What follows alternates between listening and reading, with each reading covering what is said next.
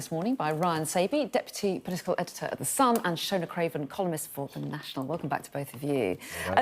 As we were reflecting in the last hour, Iran is on a number of the front pages this morning after yet another day of well-attended protests, and the questions now over whether this will make any real impact on the regime. Shona, you've picked up The Guardian's coverage. Yeah, The Guardian's coverage is quite interesting because it's focusing on the line saying Iran's supreme leader vowed yesterday that authorities would not back down in the face of this rapidly growing protest movement. So this started a couple of weeks ago, triggered by a fall in the value of the country's currency, but now demands for political reform and an end to the regime have grown. And it's talking about Donald Trump and the statements he has made in support of these protests, and the Ayatollah describing the protesters as vandals and saboteurs, accusing them of working on behalf of foreign agendas. And that line is echoed inside as well. We have heard Donald Trump suggest that he will hit Iran very hard if it uses deadly force against the protesters. But as is mentioned in this piece, and as we know from previous protests, it wouldn't necessarily be that they would kill the protesters, but they're trying to blind them. They're targeting their eyes with the guns. And so we don't actually really know what's happening right now because of the internet blackout. So you've got this situation where you don't know quite what's happening because the information's being restricted. You don't know how many people are going to be injured. We still don't know how many people, have been blinded in previous protests. So it's difficult to say what that tipping point might be. Donald Trump's suggesting that the Ayatollah is going to flee, but obviously the message is standing firm and resisting the protests. So we really don't know an awful lot, and we know a lot less now that the blackout's in place. Yeah, I mean, the tone has tipped over as well, hasn't it? We heard from the president, who's sort of more of a moderate in terms of Iran, talking about understanding some of the protesters' concerns and wanting to have this kind of conversation, this dialogue. And now we seemingly have the Supreme Leader and Donald Trump sort of going at each other on social media as well about sort of the different sides of it. I mean, the UK has had some something to say about it. I asked actually Anatolia about this yesterday. She said she wanted to see the people of Iran have, their freedom and their democracy. And the Prime Minister's been talking about it as well, hasn't he? Yeah, that's right. The E3 leaders, which is Great Britain, France and Germany, they've been working very, very closely on Ukraine, and they came together again last night to send a message to Iran to say, exercise restraint in what you do, and the three leaders were, condemning what would happen. And that they say these people out in Iran, they have a right to peaceful protest, and that's why the Iranian authorities have to show that restraint. So a very sort of measured intervention from sort of European leaders. That's deliberate, is it? They don't want to get too involved in supporting the protesters. I think at this stage, and also maybe distancing themselves from, getting too involved in the sort of language that Donald Trump is using. So let's just see how this is what he said originally. Yeah, exactly. And it's interesting to see that he used that language a week ago. He still hasn't intervened.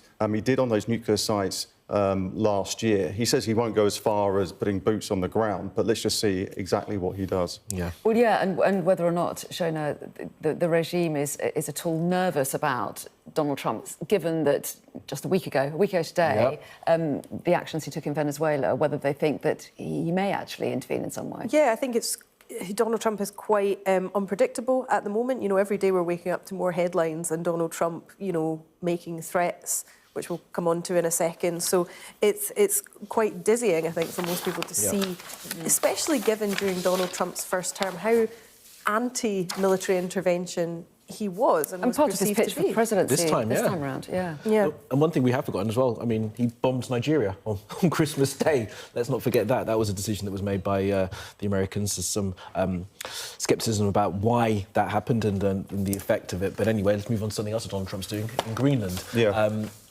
He wants it. He's going to annex it. He's not going to send troops, maybe not. But this is reporting interesting that someone from the British security services is backing it up. That's right. The former head of MI6, Sir Richard Dearlove, has actually said that the idea of Donald Trump actually having more sway in Greenland is not actually crazy. It is interesting because what would happen to NATO? What would happen would that break up? What would happen, the relationship between Denmark, European allies and America? It seems like that would be immensely strained. But one thing that you probably can see happen is that at the moment you have America who have 100 or so troops in Greenland. They do have a presence there. And you just wonder with the talk and what Donald Trump is saying, you just wonder whether that is beefed up at some point. Because Donald Trump doesn't want Russia, doesn't want China to have that foothold. We're not saying that, what will Russia's influence be in that part of the world in the coming years? And I think Donald Trump is probably saying quietly to his NATO allies, I can get there first and I can protect you all. He also, and it seems like he's doubling down on that. His comments overnight says that we can either do this the nice way or the nasty way. Yeah. So it feels like this story is going to run and run until he may get his own way. Rubio's on his way to speak to the Danes, isn't he? Yeah, there's supposed to be a meeting this week, isn't there, at that level? And you noticed Keir Starmer trying to sort of tread that path between saying, we stand by Denmark and Greenlanders, and but trying to also keep Donald Trump on side as well. It's a tricky path that he's trying to tread, not for the first time. Yeah, a lot of this is to do with the use of language as well, because this story about Sir Richard Dearlove, the former chief of MI6, saying this wasn't a crazy plan, it notes that he disagreed with the word annex, but said it would be good if Trump would take over Greenland. And this is the better of the devil you know, or the lesser of two evils situation. And it also, brings to mind the kidnap or capture of the Venezuelan president. Are we just redefining things by using different words to make it seem like it's bringing about peace rather than contributing to this sort of increasingly globalised chaos? Yeah. Interesting.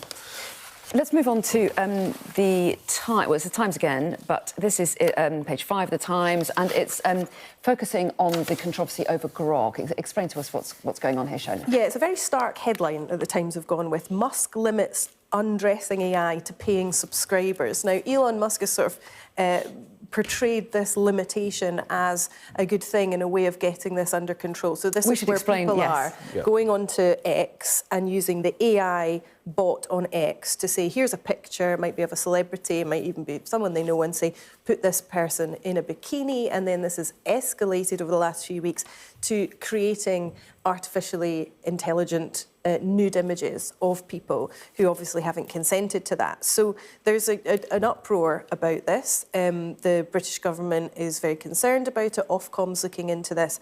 And what's initially been done is that the feature has been limited to subscribers, which does, I think, I would agree with those that are saying that this is a very bad look because it's monetising image-based abuse through paid subscriptions. They also say that it makes deepfakes a premium service, is how Keir Starmer's put it, isn't it? Yes, so it doesn't seem like Elon Musk is saying we're going to stamp this out altogether. It seems like you could view it as a very cynical move to get more people to subscribe while this service is still available. And I think this speaks to just wider concerns about the runaway capabilities of AI and the fact that someone like Elon Musk, who's not particularly popular with a lot of right-minded people, has so much control over who gets to use these functions.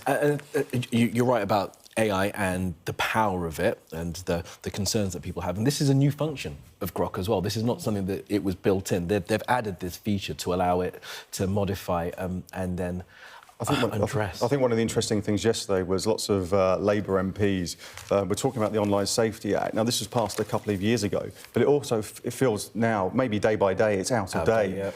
Every single time there is a new sort of technological advance, and legislation is just playing catch-up every single time.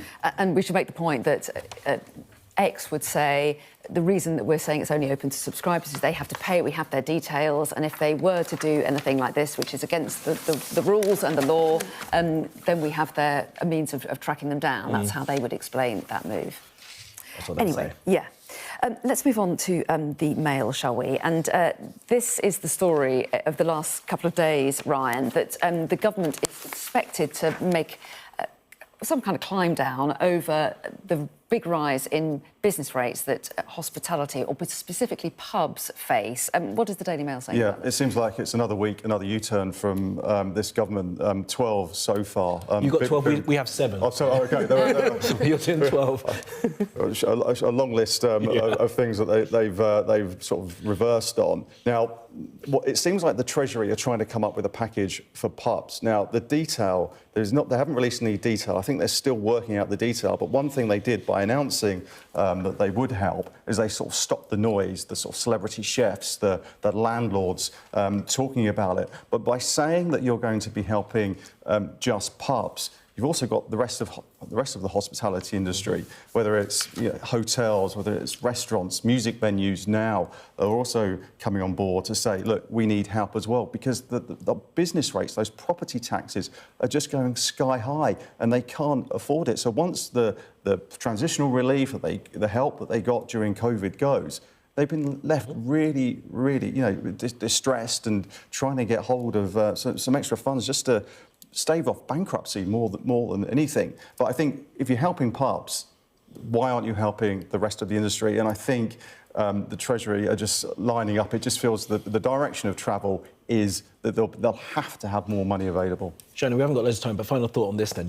What do you think? I mean, because they are, as Ryan says, setting themselves up to have to deal with other industries as well, aren't they? Yeah, I mean, the operator of one hotel chain referred to the figures as eye-watering and says it's not right or fair that pubs get a special deal. And one of the figures quoted here says that the business rates for just one of his hotels increased by £12 million. Yikes. That's huge, isn't it? So much money. We're out of time. We will get to see you again in the next hour. Thanks, guys. For the moment, thanks very much indeed. Thank you.